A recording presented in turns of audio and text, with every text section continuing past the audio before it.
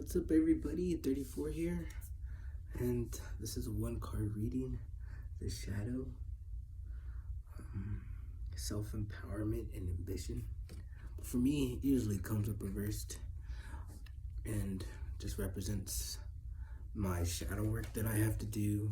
It represents the color red and my anger, and that's what I'll be talking about in this video. So hope everyone enjoys it.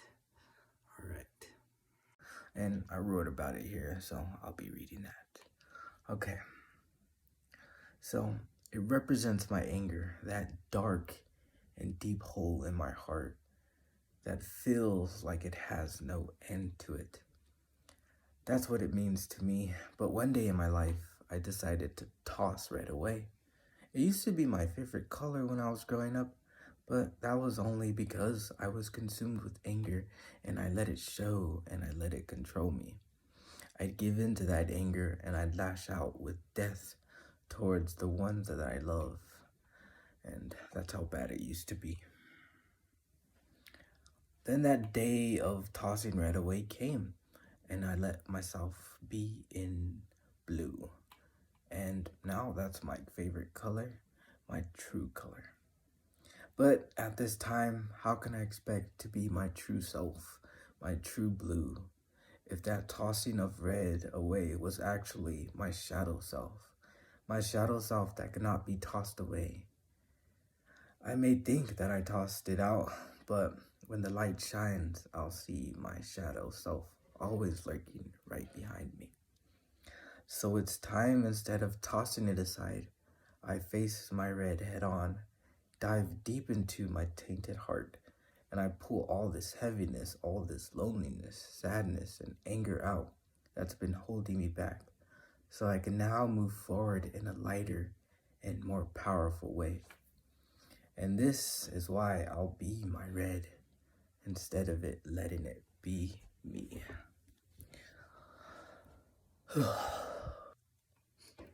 Now I want to get into the details on how it affected me all throughout my life.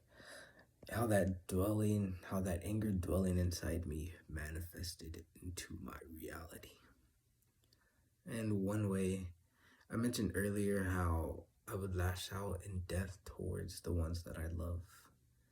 And this was during my childhood, so of course I've grown past that now, and I'm all better and don't act that way anymore. Bless you. But it happened whenever my brothers and I would get into a fight.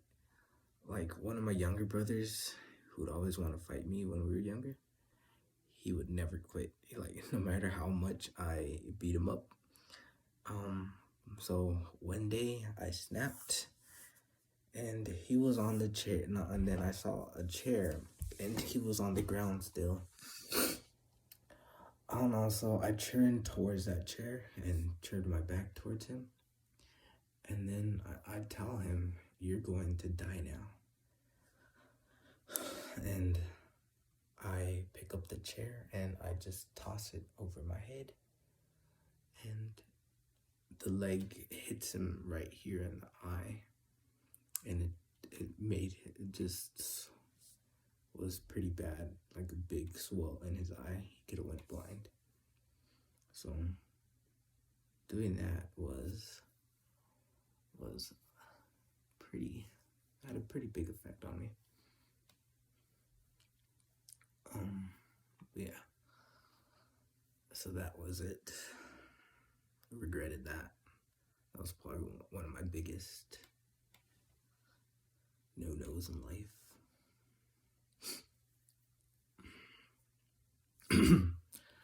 Let's see. But that was probably like when we were 10 or something. And it's still, even the fighting still went on after that. So, and then my other younger brother too, we'll get into, I'll talk more about it, because my other younger, in future, talk more about the fighting and how it leads up to my snapping. My other younger brother too, so he would try to fight me too, and the younger one too, the one that I hit with the chair, they both will still continue to fight me always, and I'd beat them up. But because of that, they'd go get my older brother to beat me up. And that really pissed me off. That's when I would snap again, because they're the ones that always trying to fight me, and then I beat them up because of that. And then they go to my older brother to beat me up for that. So that's what would piss me off and make me snap towards my older brother. And since he beat me up, I'd go get knives, and whenever I'd snap towards him because of that, I'd go get knives and I'd say, I'll kill him. I'll kill him. And that's another story of me snapping. So yeah, it was pretty bad when I was a kid. But I don't know, one day that all just stopped for me. Probably just closed out, and I had just stopped doing that. So yeah, that's the stories of my brothers and the death part. And here's some more. All right, the other way is,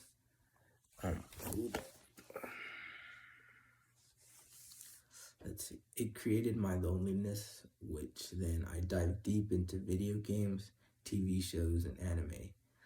I let my life be consumed by them because those things wouldn't hurt me, and I could rely on those things to make me happy. But in the end, that was all just a false sense of fulfillment and happiness. All this did was hold me back from bettering myself for reality. You know, holding me back from money, holding me back from my friends, family, and others that I could potentially reach. But I'm not saying all that time was a waste with the video games and anime, because it helped me grow into the person that I am now. And it will always be a part of my life. And it helps me be able to relate to all the others who feel the same way as I do and got caught up into all the video games and anime. And now it helps me understand those people, because there's so many out there. And what's just important about it is just being able to balance it all in my life. Let's see, like for example, my PlayStation gaming, that used to be my biggest addiction. You know, I spent the most time on that, but lately, these last 2 years, it's been in my closet, because I do want to prioritize my reality now, and it's helped me so much focus-wise. But though for the future, I still do plan on being a streamer unless something else calls, because there's income in streaming and the gaming industry is very big. So like I said, there's a lot of other gamers I can relate to and reach out to and be able to influence them in a positive way. So yeah, I guess that will be it for this video. I hope everyone enjoyed it. Please like, comment, subscribe, and share. And share your thoughts too in the comment section below. Let me know how this video made you feel, or if you have any comments, whatever's on your mind. Well, alright, thanks everyone, and see you in the next video. Peace.